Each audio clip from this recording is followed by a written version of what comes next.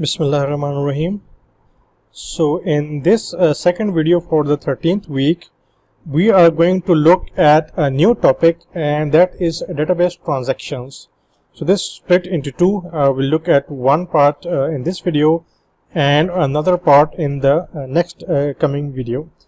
And the next topic is also related to the database transactions. So now that we are finished with the designing part of the database, we now look at how the transactions are executed and what you need to do to ensure that the transactions are executed in a fair manner and they end with legitimate values in the database. So to understand that, we need to understand first what a transaction is. A transaction is a logical unit of work that must be entirely completed or entirely aborted. No intermediate states are acceptable. So in what we have been doing so far, all the queries that we did were, if I have a single query, then that query is usually considered as a transaction. However, if I have a set of queries, then the complete set of query is going to be considered a transaction. So if I go to a bank and I want to withdraw money, there are different things that are associated. So I went to my bank and I want to withdraw 10,000 rupees. So the first thing is I am going to insert my card on the ATM machine, and it's going to ask me for the PIN and all that thing, and then it's going to show me the balance I have.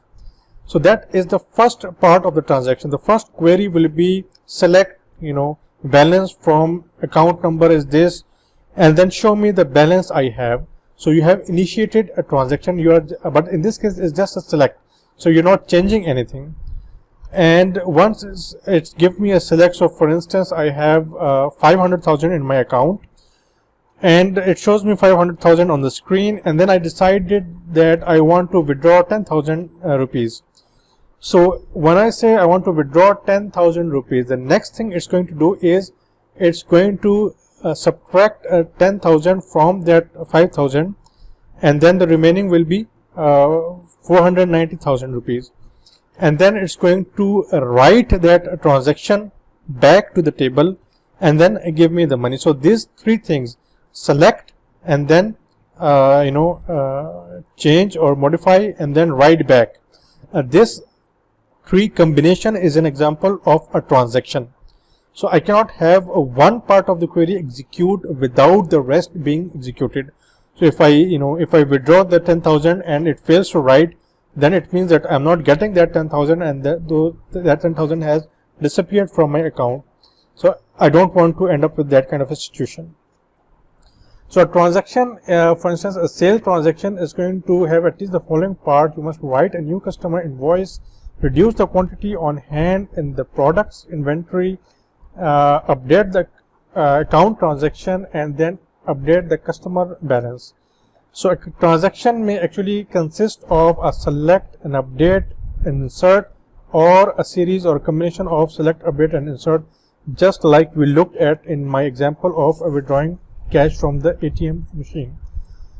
Let's look at an example, just what I discussed. So suppose customer A transfers the sum of $10,000 to the account of customer B, but the system fails in the middle of the transfer operation. So let's look at how this query will actually execute. So initially let me have my query execution over this, and this is my database on the disk. So assuming that there are two customers, A and B, let's assume that A dot balance at this point is equal to 500,000 and B dot balance this is equal to 70,000. So what I need to do is customer A transfer the sum of 10,000 to the account of customer B. So I need to take 10,000 from here and then transfer it to this. So as a result, this should be 490,000 and this should be 80,000. So let's see how the query will execute. So this is the initial values. So you can see how it looks in the database. So the first command I'm going to do is I'm going to read a dot balance. So, and I'm going to do that from the disk. So as a result of this, I am going to get a dot balance is, so A has 500,000 in his or her account. And then the next thing I'm going to do is a dot balance equal to a dot balance and minus, so I have to transfer 10,000. So 10,000 will be deducted from A and added into B. So I'll make these two things one after the other. So first the deduction, a dot balance minus 10,000, right? And then I have to write a dot balance to the disk. So once I have done that, ideally I should have something like a dot balance equal to 490,000. So it's been deducted from A's account, but it's yet to be added to B's balance. So B dot balance at this point is still 70,000. So this is after I'm putting it in a sequential form. So the next thing I do is I write read, so B dot balance, and from the disk, and as a result of that I get 70,000. And then B dot balance equal to B dot balance and plus 10,000, right? And if I could write B dot balance to disk, this would give me a dot balance equal to, so this value, and B dot balance equal to, this is how it should be. However, if this line fails to execute, and right here there is a failure. So if there's a failure over here, it means this does not execute.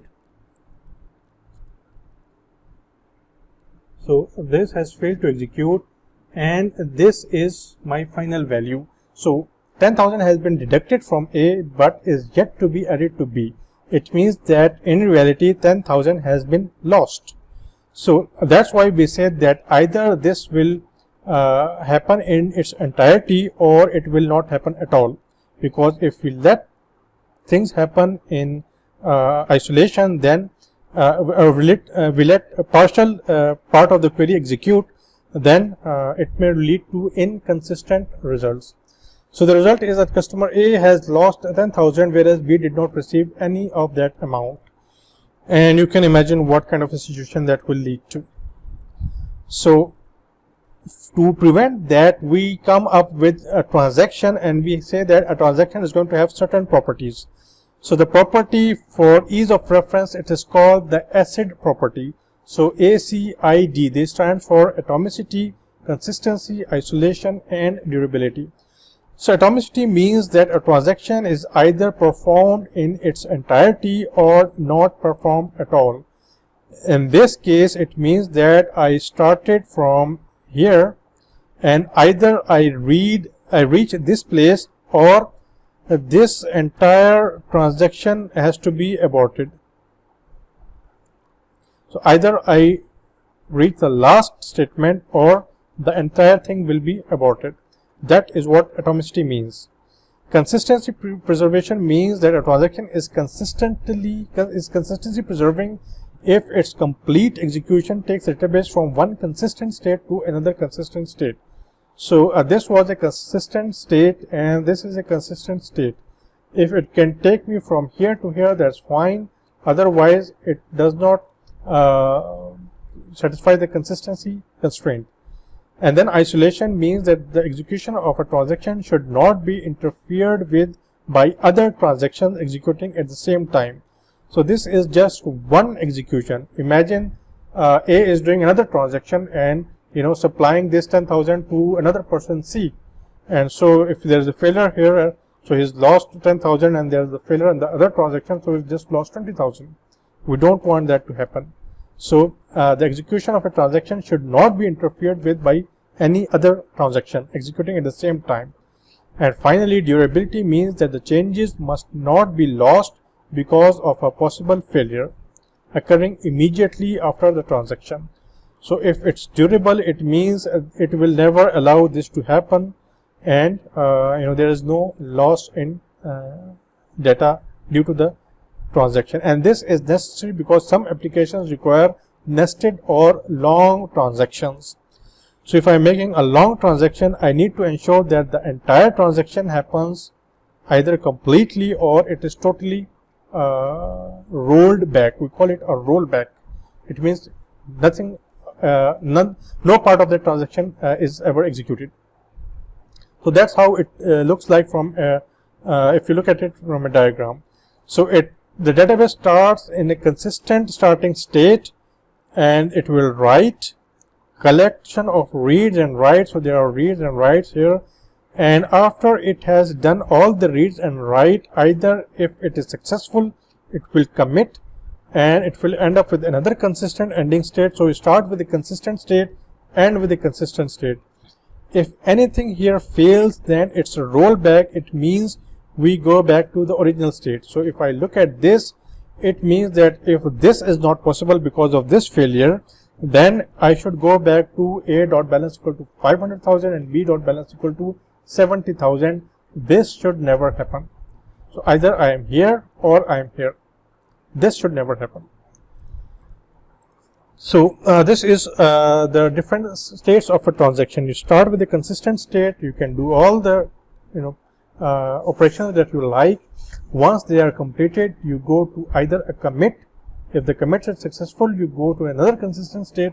If the commit is unsuccessful, you roll back to the previous consistent state before you started the transaction. So the keywords that are used are begin transaction and end transaction. It means when whatever I have, select, write, read, insert, update, whatever I have over here, the entire thing will be considered as a single transaction. Either it will be executed in its entirety or nothing will be executed.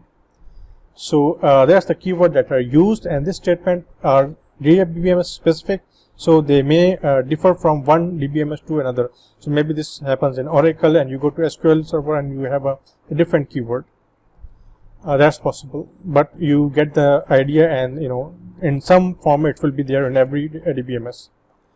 So the transaction management with SQL is that you have two keywords. The first one is the commit and the second one is the rollback. A commit means everything was properly executed and we are into the next consistent state. A rollback means something somewhere in the entire transaction went wrong. It cannot be committed and we have to go back to the previous state before we started the transaction. So when a transaction sequence is initiated by a user or an application program, the sequence must continue through all succeeding SQL statements until one of the following four events occur. So we have four possibilities. The first one, a commit statement is reached, in which case all changes are permanently stored within the database. The commit statement automatically ends the SQL transaction. So once you have a commit, it means the transaction has ended. and it means everything is right, and you move from one consistent state to another consistent state, and the changes are permanently stored. A rollback statement is reached, in which case all changes are aborted and the database is rolled back to the previous consistent state. So we are going to assume that the transaction never began, and everything that was done will have to be undone. So either it's purely successful or it is unsuccessful. The third case is that the end of the program is successfully reached, so all the insert, deletion, updation were successfully executed, but at the end, in which case all changes are permanently stored within the database, and this action is equivalent to the commit protocol. So if all the transactions are reached, executed properly, and you reach the end transaction, then it will automatically, so if I write something like insert into table A and then values, and I have 1, 2, 3, and you can see no insert, no begin transaction, no end transaction, nothing, and that's the only thing I had. This is the entire SQL query. If this is executed correctly and I write it, it means the DBMS will automatically insert a commit over here, and this transaction will be considered a valid transaction. And the fourth condition is, the fourth option is here, that the program is abnormally terminated. For instance, something fails to execute. If I go to the ATM machine, I don't have enough money to transfer to somebody else. There's a power failure, there's a network failure, something of that sort. The program is abnormally terminated, in which case the changes made in the database are aborted and the database is rolled back to the previous state. This action is equivalent to the rollback here. The difference is this is an explicit statement, so you will have an if this else rollback, and this is this case in which you have an explicit command to roll back, and this case will be when you have a select, and then you have an update, and you have an insert, and somehow in between there's a failure, and so automatically it will roll back even though there is no command. But since it failed to execute the entirety of the transaction, there is a failure, so automatically it will roll back. The effect will be the same whether you put an explicit rollback or the rollback happens implicitly. The same with either you make an explicit commit or the commit happens implicitly. If you reach a commit, it means the database is in a consistent state. If you reach a rollback, whether you write it or whether it happens implicitly, it means you go to this consistent state before the transaction ever started. So to keep track of what happened and how you perform this rollback, we have what is called a transaction log. So if I write, if there was a select and then an update, insert, update, and so on before a commit. So suppose a failure occurs somewhere here. If a failure occurs over here, all these have to be undone. So this is going to, you have to undo all of this, and to undo all of this you need to know if this is the table you selected, what was updated, which row was updated, which column was updated, what was the value before, what was the value after, because once you undo it, you need to know what was the value before so that you can go and undo it. So it keeps track of all transactions that update the database, record of the beginning of the transaction, the type of operation, insert, deletion, updation, whatever was done, the name of the object of the table that were affected, the attributes that were affected, pointers to the previous and next transactions, and the values before and after the update, and the end of the transaction. So before this transaction begins, so let's say this is the begin transaction. So how do you know how long do you have to undo? So if there was another transaction here, that transaction, this was a T1, this is transaction T2. So T1 executed here and followed by a commit. So you are going to keep doing undo until you reach this commit. You know that this state was a consistent state. After this, the T2 began, the transaction 2 began. So you keep undo until you reach a state which says commit. It means that once this happens, everything before that is valid. And this is used for the rollback operation. So when you encounter a failure, whether you write it explicitly or you don't, it will trigger what is called as a rollback, and then the rollback will undo until it reaches a previous commit. And all this is history, all this history is stored in the transaction log. That's why the transaction log is very important and can grow very large, because you are storing all the possible values before and after and all the history and who did what. So these transaction logs can grow into very large files.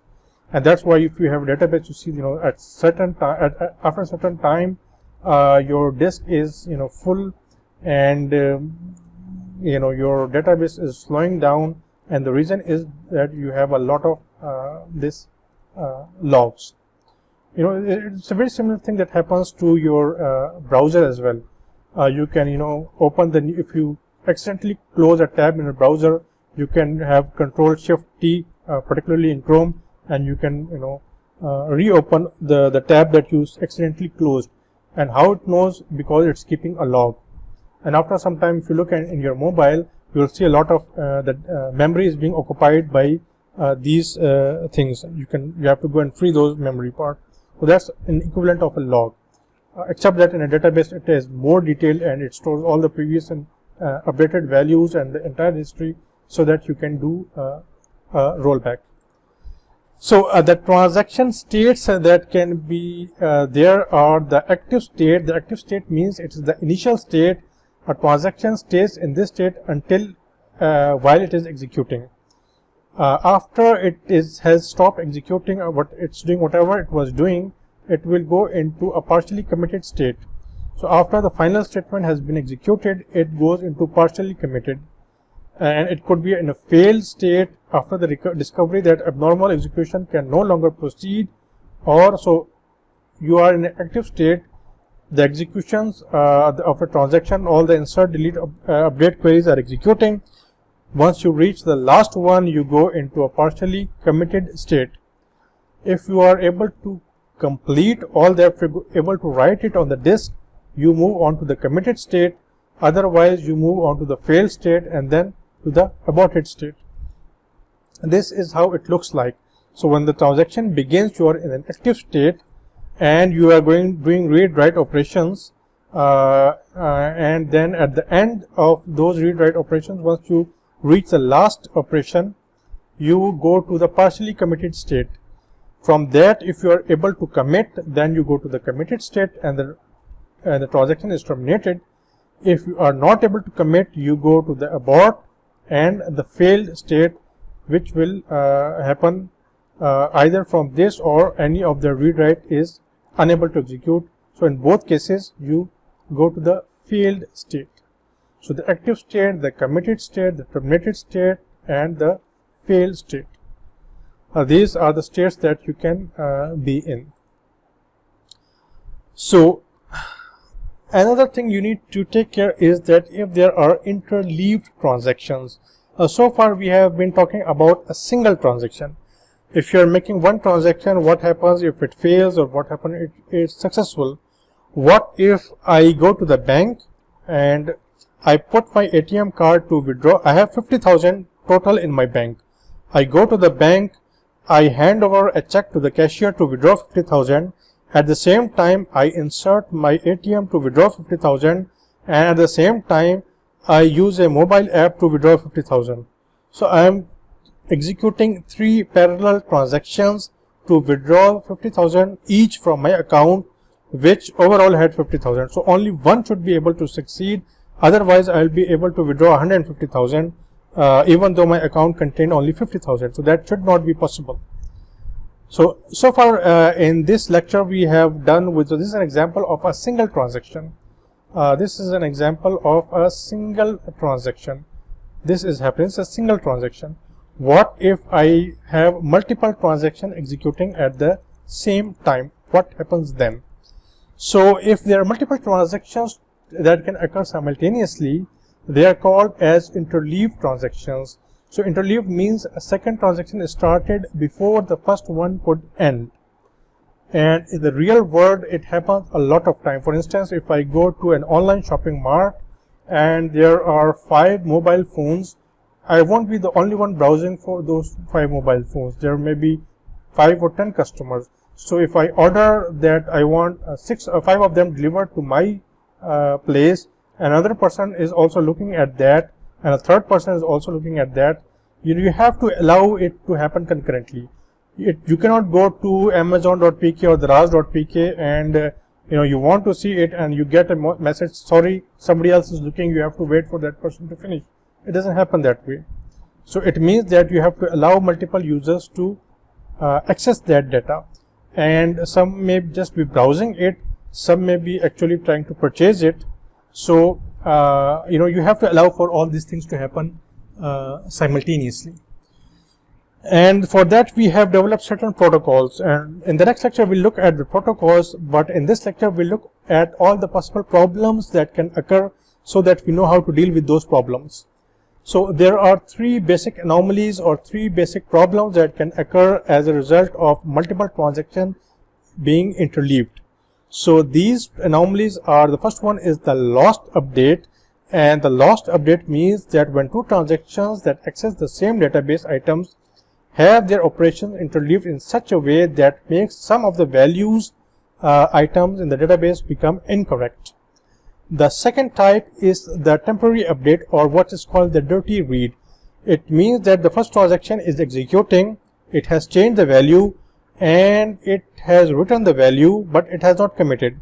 The second transaction comes, it reads the new value and starts working on that, but the first one was not able to complete, it had to roll back. It means that the changes that the second transaction read were incorrect because the first transaction rolled back. And that's the second kind of problem. It's called a dirty read or a temporary update problem. And then the third one is an incorrect summary. So suppose I am trying to make a summary of all the values there are, and somebody is concurrently updating those values. So when I read the value, it was different, and by the time I'm finishing the summary, the original values have changed. So this is what is called the incorrect summary problem. So let's look at how it works in real life, and we'll look at a few examples. So the first one is the lost update. The lost update, it means that 2 transactions are executing. So you can see in this diagram, T1 is the first transaction, T2 is the second transaction. This arrow is showing the timeline, so this means that this is executed first, second, third, fourth, fifth, sixth, 7, 8, 9. So there are 9 individual queries, but only 2 transactions because the combination of these queries were part of this transaction. So for this we are going to assume that to understand what our lost update means, so we are given that x equal to 80. So let's write over here x equal to 80, m and n. So my n was 5 and my m was 4. This m and n will be confusing. You might get confused what I'm saying. So let me use the standard protocol or the codes that you used in aviation. So an n is to differentiate between m and n, which sounds very similar. M is equal to Mike and n equal to November. So if I want to say m, I will say Mike. If I want to say n, I will say November. So this way you won't be confused. So I have my x equal to 80, my November equal to 5, and my Mike equal to 4. So let's try to execute this transaction. And let me have my database over here. So this is my database. And in my database, x equal to 80, because that's what we given initially there are 80 seats. So the first transaction is trying to transfer 5 seats from flight X to Y, and the second transaction is trying to reserve M seats from the flight X. So I think this should be T2. This is not T1, this is T2. So my database is initially X equal to 80. So let's try to execute this and see what happens and see why it is called a lost update. So after the first transaction, read X. Now what should happen ideally? Let's see what should happen. What should be the consistent state? So what I'm doing is this is trying to remove November from X, and this is trying to add Mike from X. So the first one should be, so X was 80, X is equal to X minus November. This should give me 80 minus 5. This is 75. And the second transaction is trying to do is reserve M for Mike from X. So X equal to X plus Mike, and this is going to be, now my X is 75. So 75 plus 4, 79. This is the value I should have if everything works correctly. However, let's see. So the first transaction, this is the timeline. This are interleaved transaction. Before the first transaction has ended, the second is already started. So read item X. It goes and read X from the database. The answer I'm going to give here is 80. Then X equal to X minus November. This is going to give me 80 minus 5. So this gives me 75. But this is the variable X. It's not the database X. This is the variable I have in this transaction. I have not written anything back to the database. So this is a variable X, and that variable X is now 75. So before I could write it, transactions 2 started. It said read item X, goes to the database, X is 80. So this reads 80, and then X equal to X plus Mike. So this will give me 84. And then I go and write X. So this variable X was 75. So this is going to write 75. So now, since I'm doing the write operation, it means I'm changing my database from 80 now to 75. And after that, I am reading Y. So I don't know what Y is, and forget about what Y is. When I read X over here, when I write X over here, so this variable X was 84, and now this is trying to write 84. So my 75 is gone, and X is now 84. So by the time I am finished all my both my transactions, my database shows X to be 84, which is wrong because X was supposed to be 79, because I have subtracted 5 and added 4. So that is what X was supposed to be. However, because of my interleaved transactions, this is the value of X I have, and this problem is called the lost update. And why it's called the lost update? Because actually this is the lost update, because 75 is not used here. Instead we are using 80 and adding 4 to it. So this is the lost update problem. So that's the first thing that can happen when you are having an interleaved transactions. The second one is the temporary update problem. So again, I have my X equal to 80 and my November equal to 5 and my Mike equal to 4. So once you have this, so again I'll put my database, and here X equal to 80. So what happens is that read X, so this X is going to give me 80, X equal to X minus November. November was 5, so this is going to give me 80 minus 5, which is 75, and then I am going to write. So now I've changed the order. So I'm writing here. So apparently this should solve the problem, because now my x is 75 before I read it. So when I read x over here, x is now 75. I add it, so this is 79. So sounds okay, because that's what we said, it's supposed to be 79. And then I write x, so 79 should be written. It means that I have written 79. And now I am moving on to another part, read item y. So apparently this sounds that this is okay. Now where's the problem? The problem is transaction T1 fails and must therefore abort. If I abort it, it means roll back. So once I roll back, we have to undo.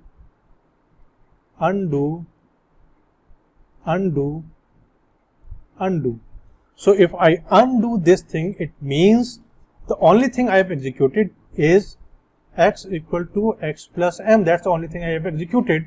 And if x was 80, so this should have given me 84. Instead, I have 79. This is called the dirty read problem.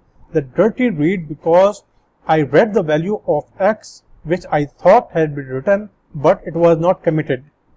That is what it's called. It's a temporary update. You know, this write item x was temporary. This value does not hold until I reach the commit statement, and in this case, because it failed, I went to the rollback statement and this had to be undone. So therefore the updated value that I read was incorrect, it was wrong. That's why it's called the temporary update or the dirty read problem. This is why I should have, instead this is what I end up with, and this is the dirty read problem. And the third and final type of problem that we encounter here is the incorrect summary problem. And so if T3 is executing all the summary of all the values, so I have sum equal to 0 and then read a and then sum equal to sum plus a and so on. I am just adding from a to z. And here read item x. So x is x minus n, and then write item x. So again in my database x was initially 80, so I read here 80, and this happened to make it 75, and I wrote 75, and now this is 75. So whatever I am adding, when I read this, so it's going to be sum equal to sum plus 75.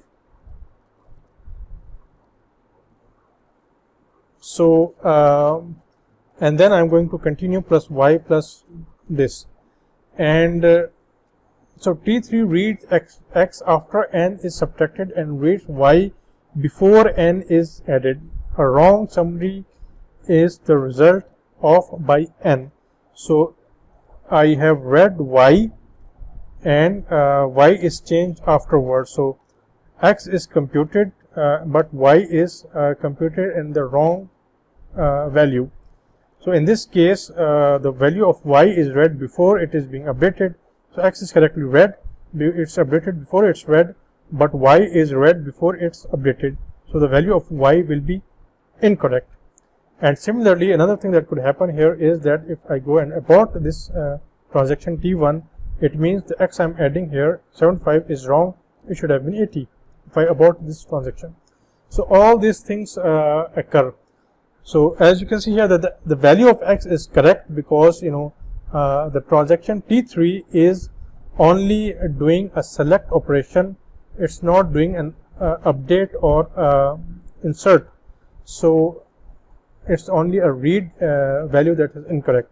So the value of x is correct, but the value of y is also going to be correct once I've done this. So the value of y is also going to be correct, but what has been read is so sum equal to sum plus y y and previous, whereas y will be updated later. So this is called the incorrect summary problem. So therefore I have three kinds of problem. I have the lost update, I have the dirty read, and I have the incorrect summary problem. These are the three kind of problems that will happen if I'm using a concurrent transaction. So that's it for this video. In the next one, we'll look at how to deal with those problems, and in the subsequent videos we'll see how to deal with all the problems in that result as a because of these queries being interleaved.